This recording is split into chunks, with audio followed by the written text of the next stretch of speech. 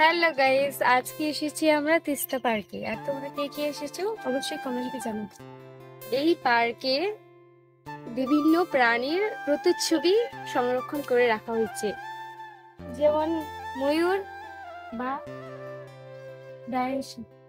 যেমন আমাদের পরিবেশ থেকে ডাইনোসর বিলুপ্ত হয়ে গেছে।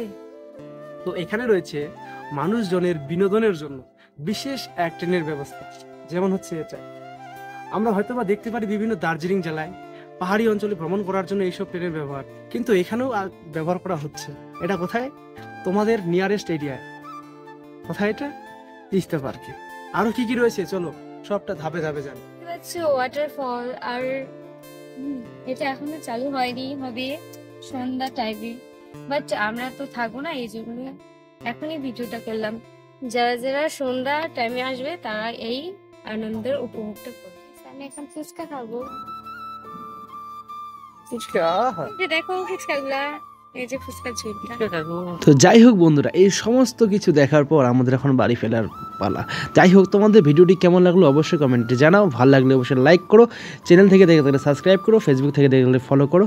তাহলে আর কি, দেখা হচ্ছে পরবর্তী ভিডিওতে। সবাই ভালো থাকো, সুস্থ থাকো, টাটা।